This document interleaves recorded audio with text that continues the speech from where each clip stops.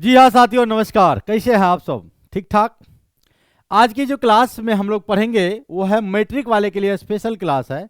अगर आप general competition की तैयारी करते हैं तो आप भी देख सकते हैं, क्योंकि केमिस्ट्री जहाँ जहाँ होगा वहाँ होगा ये चीज़।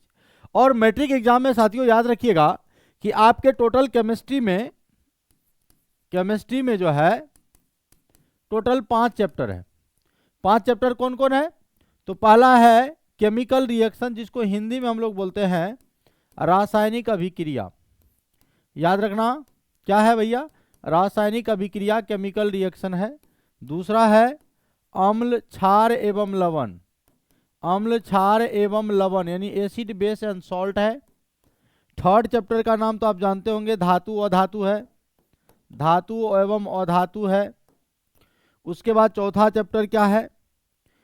कार्बन एवं उसके यौगिक है। ध्यान दीजिएगा सब लोग, कार्बन एवं उसके यौगिक है। कार्बन एवं उसके यौगिक है। और पांचवा चैप्टर है आवर्त सारणी। कौन सारणी? आवर्त सारणी है। इस बात को आप ध्यान दीजिएगा। ये टोटल आपके चैप्टर हो गए। टोटल चैप्टर हो गए।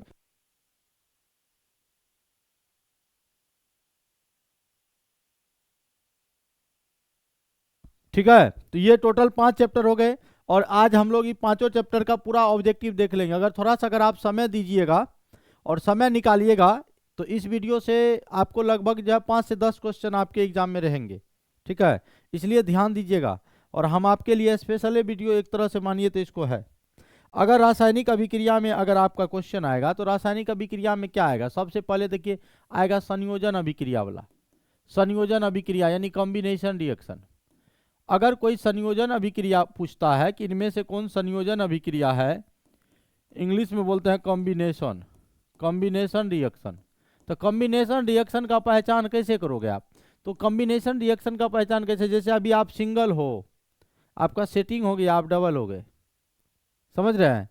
तो जब कोई जुड़ता है आपके लाइफ में, कोई जुड़ गया, जैसे कार्बन है उसके साथ ऑक्सीजन जुड़ गया, तो कार्बन अभी अकेला था और ऑक्सीजन जुड़ गया, CO2 बन गया। तो इस तरह की अभिक्रिया को संयोजन अभिक्रिया कहते हैं। जैसे हाइड्रोजन था H2 और क्लोरीन से रिएक्शन करके और ये बना लिया HCl, तो ये हाइड्रोक्लोरिक अम्ल बन गया। तो ये आपका संयोजन अभिक्रिया है। यानी जब भी जुड़ने वाला, सीधा ऐसे समझिए ना कि जब प्रतिफल समझिएगा एक है और ये अभिकारक है, इधर वाला क्या है हमारा? अभिकारक है। तो अगर अभिकारक जो है आपका दो या दो से अधिक है तो और प्रतिफल एक ही दे रहा है, तो समझ लो संयोजन हो रहा, जुड़ रहा है। समझ रहे हैं? तो इनमें से कौन संयोजन अभिक्रिया है? तो इस तरह का जो भी फॉर्मेट में दिया हुआ रहेगा वो आपका संयोजन अभिक्रिया है। अगर दूसरा नंबर में आपका वियोजन अभिक्रिया आएगा कि इनमें से कौन वियोजन अभिक्रिया है, हाँ वियोजन अभिक्रिया है, यानी डिकम्पोजिशन रिएक्शन पूछ रहा लो। डिकम्पोजिशन, डिकम्पोजिशन रिएक्शन कोई पूछेगा, अरे भैया टूटना। एक आप चलो लड़का लड़की वाला एग्जांपल बार बार वही आ जाता है यार, चलो कोई बात। अब मान लो आपका सेटिंग था और वो ब्रेकअप हो गया, तो ब्रेकअप हो गया तो आप दोनों अलग हो गए ना। तो जैसे मान लो कैल्शियम कार्बोनेट एक पूरा यौगिक है और जैसे इसको गर्म किए, जैसे आप इसको हीट किए, हीट करने के बाद ये कैल्शियम ऑक्साइड बना लिया, उसके बाद कार्बन डाइऑक्साइड बना लिया ना। तो ये आपका हो गया वियोजन अभिक्रिया। क्या हो गया? ये वियोजन अभिक्रिया हो गया। जैसे H2O2 है, हाइड्रोजन पर ऑक्साइड इसका नाम है, और ये टूट गया, ये टूट गया H2O में प्लस O2 में, तो भैया ये जो है ये भी आपका क्या हो गया? वियोजन अभिक्रिया है, यानी डिकम्पोज कर गया, टूट गया। तो जब भैया एक अभिकारक है और प्रतिफल दो या दो से अधिक है, तो इस तरह का अभिक्रिया को आप कहिएगा वियोजन अभिक्रिया कहेंगे। इसका हम सब्जेक्टिव का वीडियो बना चुके हैं, आप खोज लेना सब्जेक्टिव का। आज हम ऑब्जेक्टिव का वीडियो बना रहे हैं। समझ गए? अगर किसी भी तरह की समस्या अगर दिक्कत होगी तो आप हमें बोलना। ठीक है, चलिए अब आगे लेकर चलते हैं हम आपको। संयोजन वियोजन हो गया और बहुत बढ़िया डिफिनेशन आने वाला है। जानते हैं उसका नाम क्या है? Displacement reaction. डिस्प्लेसमेंट रिएक्शन है। ठीक है, डिस्प्लेसमेंट रिएक्शन है, याद रखिएगा।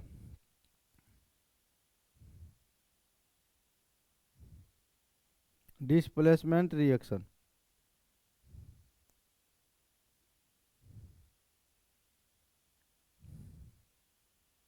क्लियर। यहाँ से गो लाइव करके पकड़े रहो तो हम बता रहे हैं इधर घूम के। तो पहला में आपने देखा संयोजन अभिक्रिया, तो इस तरह का जो भी रिएक्शन रहेगा संयोजन हो जाएगा। वियोजन का मतलब क्या हुआ, टूटना। एक यौगिक है यानी एक अभिकारक है और टूटकर दो या दो से अधिक प्रतिफल बना रहे हैं, समझ लो टूट रहा है। अब तीसरा रिएक्शन जब आपके एग्जाम में आएगा, तीसरा क्या आएगा, विस्थापन। विस्थापन ये पूछेगा इनमें से कौन विस्थापन अभिक्रिया का उदाहरण है। अरे भैया विस्थापन अभिक्रिया का उदाहरण पूछते न हो, है विस्थापन अभिक्रिया इंग्लिश में बोलते हैं displacement. Displacement reaction, displacement reaction. तो जब डिस्प्लेसमेंट रिएक्शन का अगर आपको क्वेश्चन पूछेगा डिस्प्लेसमेंट रिएक्शन के बारे में, तो आप कहिएगा कि आप बोल रहे हैं विस्थापित कर देना। मतलब कि आप ऐसे कह सकते हैं कि जो अधिक क्रियाशील तत्व है कम क्रियाशील को हटा देता, अधिक क्रियाशील कम क्रियाशील को क्या कर देता, हटा देता, डिस्प्लेस करता। जो बेटा जो हमरा गम नहीं हो, समझ रहे हो, इस तरह का कंडीशन करता है। जैसे मान लिया जाए यहाँ बी और सी है और ए है, तो ए वाला जो है ना ये अधिक क्रियाशील है और बी वाला कम क्रियाशील है, तो ए इसको बी को कहता हट जाओ, है तो ए और सी हो जाएगा। उसके बाद आपका क्या हो जाएगा, बी बेचारा अकेले हो जाएगा, समझ रहे हैं। मतलब अगर आप इसको लड़का मान लो बॉय, इसको मान लो गर्ल, ई बॉय, तो आजकल के प्यार मोहब्बत तो जानिए रहे हो ना, कहते हैं ना प्यार मोहब्बत इश्क ये सब है बीमारी, तुझे भी मिलेगी नारी वो भी संपूर्ण संस्कारी। बस बनाए रखो लक्ष्य बनने का एक बड़ा सा अधिकारी, है ना। लक्ष्य बनाइए, बहुत बड़ा आदमी बनिए, ऊपर वाला माँ सरस्वती करे कि आप बहुत अच्छा बड़ा आदमी बने, स्टेबल हो जाइए। अब देखिए क्या है कि अगर इस लड़का से अधिक क्रियाशील लड़का अगर इसको मिल गया ना भैया, सब ऐसा नहीं होता है, कुछ कुछ ऐसा होता है, तो अधिक क्रियाशील मिल गया ना तो ई जो है इसको डिस्प्लेस कर देगा, हटो हटो हटो हटो। हाँ तो भैया ऐसा हो गया। जैसे मान लीजिए ऐसा रिएक्शन दिया हुआ आपके एग्जाम में, जिंक है प्लस कॉपर सल्फेट है, तो कॉपर सल्फेट आपका एक यौगिक है, इसमें आपका एक कॉपर है एक सल्फेट है और जिंक भी है, कॉपर से अधिक क्रियाशील है, कॉपर से अधिक क्रियाशील जिंक है, तो इसलिए यहाँ पर जिंक कहेगा कि हट जाओ कॉपर, यानी आपका बना लेगा ZnSO4 जिंक सल्फेट और प्लस बन जाएगा कॉपर। तो इस तरह की अभिक्रिया अगर कहीं दिया हुआ रहेगा तो समझ जाना विस्थापन अभिक्रिया। तो इनमें से कौन, ऑब्जेक्टिव के पॉइंट ऑफ व्यू से बता रहे हैं कि अगर विस्थापन अभिक्रिया कहेगा तो बना देना। अगर चौथा में अगर आपको कहेगा उष्मा शोषी, उष्मा शोषी का मतलब होता है उष्मा शोषी का मतलब होता है इंडोथर्मिक, इंडोथर्मिक रिएक्शन। और जब इंडोथर्मिक रिएक्शन होगा तो समझ लो उष्मा का ग्रहण होगा। अगर कहीं उष्मा ग्रहण हो रहा है, उष्मा अगर कहीं ग्रहण हो रहा है, गेन कर रहा है, ठीक है, अभिकारक है, ध्यान दीजिए अभिकारक है और इसको उष्मा दिए, हीट दिए, उष्मा दिए या क्यू लिखा रहेगा और यहाँ प्रतिफल बना हुआ है, मतलब समझ लो उष्मा अगर एरो के इस साइड लगा हुआ है तो समझिएगा यहाँ पर अभिकारक उष्मा को ग्रहण किया है और ग्रहण करने के बाद ये उष्मा जैसे ग्रहण करेगा, इंडो मतलब आओ, इंडो मतलब आओ, समझ रहे हैं, तो आओ यानी उष्मा शोषी हो गया। अगर कोई कह दे कि अच्छा सर जी ठीक है इतना बात तो आप बताए बहुत अच्छा है, लेकिन सर उष्मा क्षेपी अभिक्रिया क्या होगा। उष्मा क्षेपी मतलब होता है एक्जोथर्मिक, एक्जोथर्मिक रिएक्शन। और उष्मा क्षेपी में समझ लो उष्मा का क्या होगा, उत्सर्जन होगा, उष्मा का क्या होगा, उत्सर्जन होगा, ये बात को याद रखिएगा, हीट रिलीज होगा। इधर अभिकारक है और एरो के इधर प्रतिफल है, प्रोडक्ट है, और इधर अगर उष्मा लगा हुआ है क्यू मतलब उष्मा, तो समझ जाना कि इस तरह का अभिक्रिया उष्मा शोषी होगा, ठीक है। उसके बाद आ जाओ उदासीनीकरण अभिक्रिया को समझिए। उदासीनीकरण अभिक्रिया, उदासीनीकरण अभिक्रिया न्यूट्रलाइजेशन रिएक्शन को समझने के लिए आपको अम्ल लेना पड़ेगा, उसके बाद क्षार लेना पड़ेगा और जब ये रिएक्शन करेगा तो बन जाएगा लवण, लवण के साथ साथ बनेगा जल। तो कोई भी अम्ल ले लीजिए, जैसे HCl हाइड्रोक्लोरिक अम्ल है वो है ना, और क्षार में ले लीजिए NaOH। जब ये दोनों आपस में रिएक्शन करता है तो एक होगा प्लस, दूसर का क्या होगा माइनस, ई होगा प्लस, ये क्या होगा माइनस। तो प्लस माइनस आपको पता है ना, प्लस वाला माइनस से, माइनस वाला प्लस से जुड़ता है। तो यहाँ पर H प्लस और OH माइनस मिलके H2O जल बना दिया। उसके बाद Na प्लस Cl माइनस मिलके NaCl बना लिया। अगर इस फॉर्मेट में रिएक्शन आपको पूछा जाएगा तो सीधा कहिएगा ये उदासीनीकरण अभिक्रिया है, न्यूट्रलाइजेशन रिएक्शन है, उदासीनीकरण अभिक्रिया है, उदासीनीकरण अभिक्रिया का ये टाइप है। उसके बाद समीकरण को संतुलित करने के लिए देगा, समीकरण को संतुलित करने के लिए देगा, संतुलित, तो समीकरण को बैलेंस करना है, इक्वेशन को बैलेंस करना है, तो संतुलित करने के लिए आपको क्या करना होगा। आए लाइव हो गया क्या, जुड़ रहा है बच्चा सब।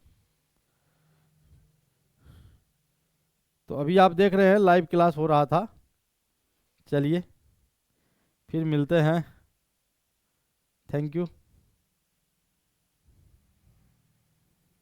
तो यहां पर देखिए रिएक्शन को जब संतुलित करने के लिए देगा, तो रिएक्शन को संतुलित करने के लिए आपको क्या करना होगा। तो एक बगल आप अभिकारक बगल जितना परमाणु देखिएगा, समझिएगा, अभिकारक के तरफ जितना परमाणु होगा उतना ही परमाणु प्रतिफल के तरफ होना चाहिए। हाँ, एक उदाहरण देके हम आपको समझाते हैं। जैसे मान लिया जाए कि नाइट्रोजन रिएक्शन किया हाइड्रोजन से, क्या बनेगा, कहिए कुछ नहीं जानते हैं, तो नहीं आनी मानी कुछ नहीं जानी। तो जब कुछ नहीं जानी तो ये नाइट्रोजन ये हाइड्रोजन, यहाँ का N लिख दिया, यहाँ का H लिख दिया, ठीक है। अब दोनों के वैलेंसी को देखना है, दोनों के संयोजकता को देखना है और इंटरचेंज कर देना अगर अलग अलग रहेगा तो नाइट्रोजन का वैलेंसी 3 है, हाइड्रोजन का 1 है, NH3 बन गया। अब दोनों बगल परमाणु को बराबर करना है भाई। नाइट्रोजन अभिकारक के तरफ कितना है 2, N2, 2 नाइट्रोजन है और इधर नाइट्रोजन है 1, तो क्या करेंगे भैया यहाँ 2 से गुना कर देंगे। तो जब जैसे ही आप यहाँ 2 से गुना किए नाइट्रोजन तो आपका 2 हो गया, नो डाउट नाइट्रोजन 2 हो गया, लेकिन हाइड्रोजन हो गया कितना 2 तिया 6, लेकिन यहाँ हाइड्रोजन है 2, तो 3 से गुना कर दो तो हो गया संतुलित। तो इस तरह का फॉर्मेट रहेगा। तो यहाँ तक आपको ये सब क्वेश्चन अगर आपको आता है तो समझिए कि आपका रासायनिक अभिक्रिया में कोई दिक्कत नहीं है। अब आइए अम्ल क्षार लवण से क्या क्या क्वेश्चन आ सकता है। अम्ल के बारे में अगर कोई आपसे पूछता है, अम्ल को इंग्लिश में कहते हैं एसिड। अम्ल है जो जल में घुलकर H प्लस आयन देता है, हाइड्रोजन आयन देता है, हाइड्रोजन आयन देता है, वो क्या है अम्ल है। जो जल में घुलकर H प्लस आयन देता है वो क्या है अम्ल है। उसके बाद याद रखना अम्ल स्वाद में जो है ना, स्वाद में ये खट्टा होता है, अम्ल स्वाद में खट्टा होता है। उसके बाद पूछेगा नीले लिटमस पत्र को, नीले लिटमस को लाल कर देता है कौन अम्ल। उसका ये लिटमस पत्र जो है ना ये लाइकेन का बना होता है, क्वेश्चन पूछा हुआ है लिटमस पत्र किससे बनता है, तो लाइकेन से बना होता है। और लिटमस पत्र जो है लाइकेन नाम का पौधा है उससे बना होता है, 2 कलर का होता है, नीला और एक लाल। तो यहाँ अम्ल के बारे में पढ़ रहे हैं तो अम्ल स्वाद में खट्टा होता है, नीले लिटमस पत्र को लाल कर देता है। अम्ल का पीएच मान जो अगर कोई पूछेगा, पीएच मान बोलना 7 से कम होता है। अम्ल कोई भी अम्लीय विलयन है उसका पीएच मान कितना 7 से कम। जब यहाँ पीएच आ गया तो फिर लगे हाथ पीएच को भी हम देख लेते हैं। ये जो पीएच है भाई साहब बहुत ही अच्छा चीज है। पीएच का खोज सोरेनसन नाम का वैज्ञानिक ने किया था। कब किया था 1909 ईस्वी में। और पीएच में 0 से 14 तक का गिनती होता है। अगर ऐसे लिख दिया बीच में 7 कर दो, 7 से कम रहेगा तो अम्लीय होगा और 7 से ज़्यादा होगा तो क्षारीय होगा और 7 के बराबर होगा तो भैया उदासीन होगा। क्या होगा उदासीन होगा।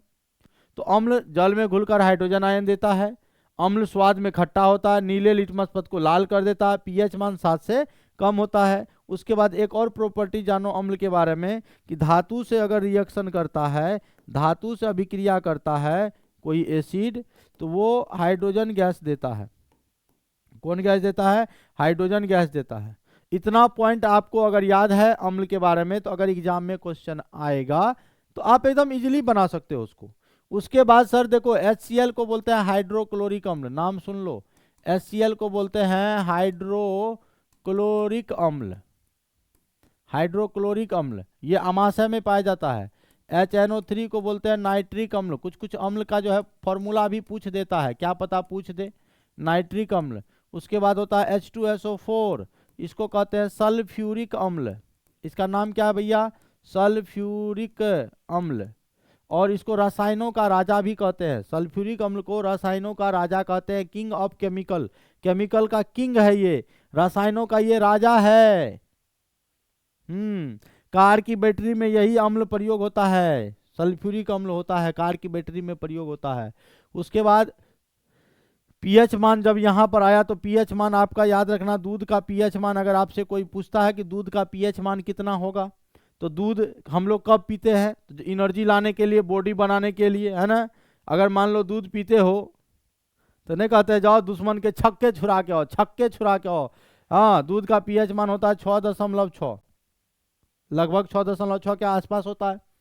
तो भैया दूध का पीएच मान 6.6, छक्के छुरा के आओ। उसके बाद मूत्र का पीएच मान भी अगर जो है 6.6 से शुरू होता है। जब जैसे कहीं रास्ते से गुजरते हो और जहाँ पेशाब करने वाला जगह सब रहता है, तो वहाँ पर उधर से गुजरोगे ना, तो वहाँ पर आपको क्या दिखेगा, नाक बंद करके जाओगे, कहाँ है वहाँ छी छी छी छी, मतलब 6.6। आपके एग्जाम में एक और नींबू का पीएच मान पूछ दिया कि नींबू का पीएच मान क्या होगा। हे भैया, आप मार्केट जाते हैं ना, अब जब मार्केट जाते हैं तो वहाँ पर आप कहते हो भैया तनी 2-4 को नींबू दीजिए, तो 2.4, सिंपल सा बात, इसमें कोई घबराने वाली बात नहीं है। उसके बाद एक और लिख लो कि शराब का पीएच मान जो है, शराब का पीएच मान होता है 2.8। या यहाँ देखो 2.4 के लिए को बात और बताते हैं, एगो गाना सुने होंगे, 2-4 को नीमुआ लटकाइल चोटी में, तो 2.4 हो गया ना। शराब का पीएच मान 2.8 होता है। उसके बाद एक और पीएच मान याद रख लो, खून बोले या आंसू बोले, खून बोले या आंसू बोले, इसका पीएच मान 7.4 होता है। काहे कि प्यार जब सच्चा होता है ना, तो खून के आंसू निकलते हैं भैया, याद रखियो, खून के आंसू निकलते हैं, समझिए। तो सच्चा मतलब 7.4। तो अम्ल के बारे में इतना क्वेश्चन आपके एग्जाम में आ सकता है। एक बार आपके एग्जाम में यह भी क्वेश्चन आया है, अम्लराज, कहीं बता देता हूं जगह अगर थोड़ा सा बचा के, अम्लराज के बारे में यहां पर ध्यान दीजिए। अम्लराज, तो अम्लराज जो होता है, एक्वारेजिया कहते हैं इंग्लिश में, एक्वारेजिया, अम्लराज, ये दो चीज का मिश्रण होता है। 3 मोल HCl लेते हैं और HNO3 1 मोल लेते हैं, और ये दोनों विलयन सांद्र में रहता है। इन दोनों के मिश्रण को ही अम्लराज कहते हैं। अम्लराज बहुत ही ताकतवर होता है, क्योंकि 2 एसिड को मिलाने से एक नया एसिड बना है, और ये भी सांद्र, ये भी सांद्र। अब समझ सकते हैं, अम्लराज पूछेगा अम्लराज है, तो अगर ऐसा ऑप्शन में है HCl के पहले 3, क्योंकि इसका अनुपात भी होता है 3:1 होता है, याद रखिएगा 3:1 होता है ये। चलिए, एसिड के बारे में आप जान गए। उसके बाद अब आइए बेस के बारे में जानेंगे, क्षार के बारे में। क्षार जो है जल में घुलकर हाइड्रोक्साइड आयन यानी OH- आयन देता है। जो जल में घुलकर OH- आयन देता है वो क्षार है। उसके बाद क्षार जो है स्वाद में कड़वा होता है, और ये लाल लिटमस पत्र को जो है ना, लाल लिटमस को नीला करता है। लाल लिटमस को यह क्या कर देता भैया, नीला करता है। उसके बाद इसका पीएच मान जो है, कोई पूछेगा पीएच मान इसका क्या होगा, तो 7 से अधिक होगा, क्षार है ना, 7 से अधिक पीएच मान होगा। उसके बाद क्षार जो है का पहचान करिएगा, पूछेगा इनमें से कौन सा क्षार है, तो जिसमें OH लगा रहेगा ये सब आपका क्षार है। जिसमें भी OH लगा रहेगा सब आपका क्षार है, याद रखिएगा, जिसमें भी OH लगा हुआ है सब आपका क्या है, क्षार है। उसके बाद कौन सा अम्ल, 3 को यहां पर क्वेश्चन पूछा गया, 3 क्वेश्चन, एक HCOOH के बारे में, दूसरा CH3COOH के बारे में, और तीसरा HCl के बारे में, याद रखिएगा। ये जो HCOH है इसका नाम है फॉर्मिक अम्ल, और ये जो फॉर्मिक अम्ल है भाई साहब, ओ सर जी ध्यान दीजिए ना, फॉर्मिक अम्ल जो है ना लाल चींटी के डंक में पाया जाता है, लाल चींटी के डंक में पाया जाता है। और ये एसिटिक अम्ल जो है ना सिरका में पाया जाता है, सिरका में पाया जाता है, याद रखिएगा। और ये HCl अम्ल जो है ना अमाशय में पाया जाता है। ये तीनों क्वेश्चन पूछा गया क्वेश्चन है, क्वेश्चन बैंक का है। क्वेश्चन ऐसे पूछा था, फॉर्मिक अम्ल में पाया जाता है, लाल चींटी के डंक में कौन सा अम्ल पाया जाता है, तो फॉर्मिक अम्ल। सिरका में कौन सा अम्ल पाया जाता है, एसिटिक अम्ल। और हमारे जो अमाशय है, अमाशय की जगह पे दे दिया उदर, समझ गए। उसमें कौन सा अम्ल पाया जाता है, HCl हाइड्रोक्लोरिक अम्ल पाया जाता है। इतना क्वेश्चन आप करके जाओगे अम्ल क्षार एवं लवण से, ठीक है। उसके बाद आ जाइए, तीसरा चैप्टर है धातु एवं अधातु। धातु एवं अधातु सीधा से समझो, धातु क्या करता है, धातु यानी मेटल, मेटल क्या करता है, इलेक्ट्रॉन को त्याग करता है, इलेक्ट्रॉन को लॉस करता है, लॉस को हिंदी में कहते हैं त्याग। और जो इलेक्ट्रॉन त्याग करेगा उस पर प्लस चार्ज बनाएगा, प्लस वाले का मतलब धनायन बनाएगा, ठीक है।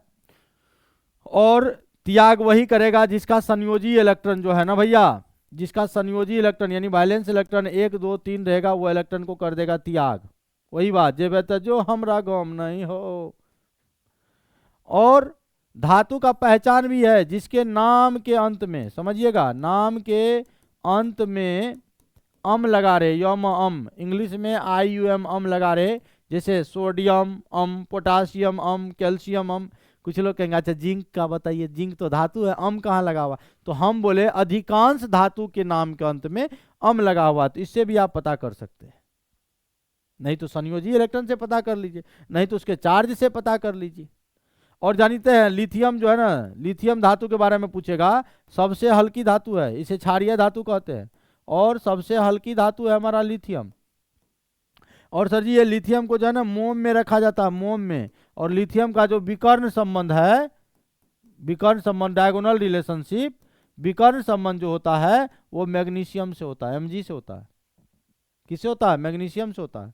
उसके बाद ये जो सोडियम है, सोडियम मुलायम धातु है, और इसको केरोसिन तेल में रखते हैं। कौन तेल में, केरोसिन तेल में रखते हैं, और इसे आसानी से चाकू से काटते हैं, क्योंकि ये मुलायम होता है, पूरा केक की तरह मुलायम होता है, इसलिए इसे आसानी से चाकू से काटा जा सकता है।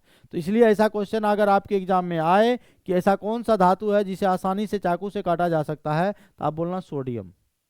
उसके बाद एक क्वेश्चन ये आया था Hg के बारे में, Hg पारा, ये धातु है, धातु है भैया, लेकिन ये कमरे के ताप पर जो है द्रव अवस्था में होता है। कमरे के ताप पर जो है ये द्रव अवस्था में होता है, द्रव अवस्था में।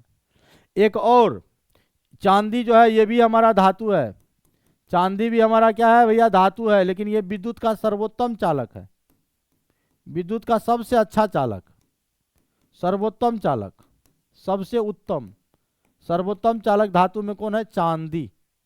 और सबसे अधिक आघात वर्धनीय और तन्यता वाला गुण जो होता है वो सोना में होता है, सोना में होता है। और सबसे भारी धातु होता है हमारा OS, OS को बोलते हैं ओस्मियम, ओस्मियम, ओस्मियम सबसे भारी धातु है, सबसे भारी धातु है, ठीक है। और यहाँ धातु अधातु में आपको अयस्क का नाम याद करके जाना होगा। धातु अधातु में आपको क्या करना है, अयस्क का नाम याद करके जाना होगा। अयस्क का नाम कैसे आप याद करोगे, तो अयस्क 3-4 को का याद करके जाइएगा। अयस्क को इंग्लिश में ओर्स कहते हैं। जैसे लोहा का अयस्क पूछेगा, लोहा का संकेत F ही होता है, और लोहा का अयस्क पूछेगा तो इसमें होता है हेमेटाइट, हेमेटाइट फॉर्मूला होता है Fe2O3। दूसरा होता है magnetite, magnetite Fe3O4। Iron pyrite, iron pyrite FeS2। उसके बाद होता है सीडेराइट FeCO3, सीडेराइट FeCO3, समझे। ये लोहा का अयस्क है। अगर एल्युमिनियम का अयस्क पूछेगा, एल्युमिनियम का अयस्क होता है बॉक्साइट, बॉक्साइट फॉर्मूला लिखो Al2O3। 2H2O भी कहीं कहीं लिखा रहता है। Corundum, corundum Al3O4। उसके बाद होता है क्रायोलाइट, क्रायोलाइट Na3Alf6, ठीक है। उसके बाद देखो भैया हम 3 चैप्टर आपको करा दिए, अभिक्रिया से करा दिए, अम्ल क्षार लवण से करा दिए, और धातु अधातु से करा दिए। हाँ, उसके बाद कार्बन और उसके यौगिक का वीडियो बना हुआ उसको देख लीजिएगा, और आवर्त सारणी का बना हुआ उसको देख लीजिएगा। तो चलिए आज इतना ही रहते हैं, वीडियो लंबा ना हो जाए, क्योंकि लंबा वीडियो बच्चा देखता नहीं है, वो हानि हमको करता है, हमारे चैनल को इफेक्ट करता है, इसीलिए आज इतना ही रहने दीजिए।